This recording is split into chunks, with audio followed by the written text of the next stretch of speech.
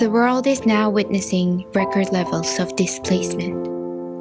About 65.3 million people worldwide have been forced from homes as a result of conflict or persecution. Among them are nearly 21.3 million refugees who have crossed international borders. What is a refugee? Refugees are individuals fleeing conflict across borders. They're recognized and protected under the 1951 Convention.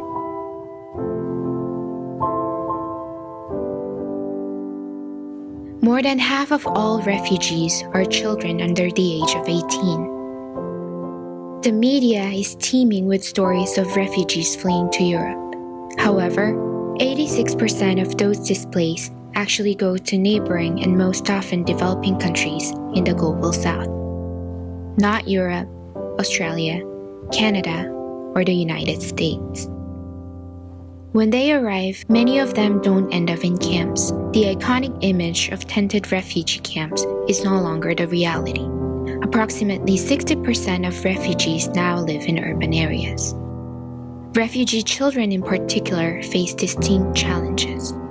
As the average duration of displacement is now above 20 years, as conflicts become more protracted in nature, this means that more children than ever before are experiencing their entire childhoods living in displacement, where their rights are under threat, including the right to education. Why is it so difficult for urban refugee children to go to school? Here are some of the major barriers that we found in our study.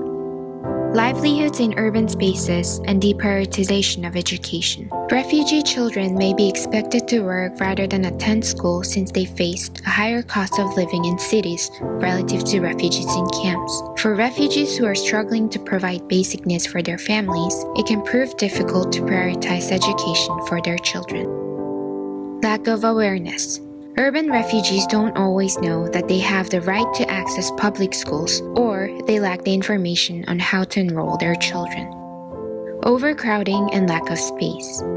Urban refugees are often integrated into local schools, which are frequently at or over capacity. Distance to school and lack of transportation. Refugees in cities may live far from schools. Without affordable transportation, children may be forced to walk for hours to get to school. En route, they may be exposed to physical, sexual, and gender-based violence. Discrimination and xenophobia.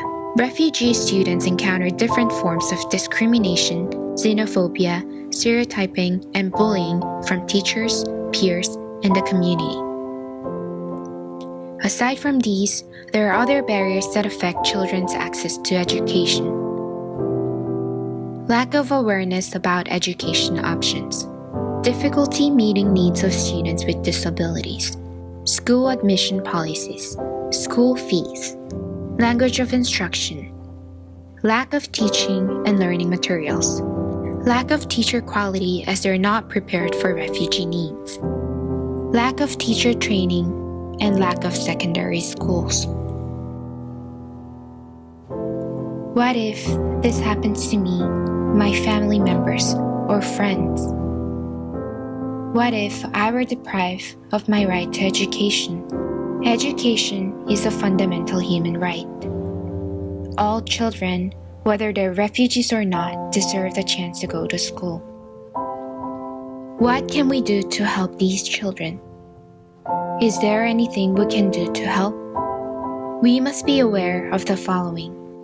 Refugee children should be welcome as they're resettled and integrated into public schools in the host country.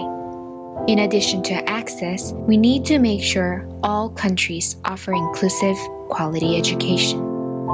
This means we must attend to their distinct needs, such as language support and psychosocial support.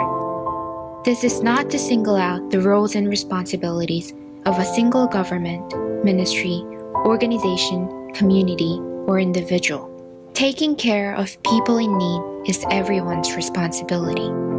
We must work together to bring children back to school.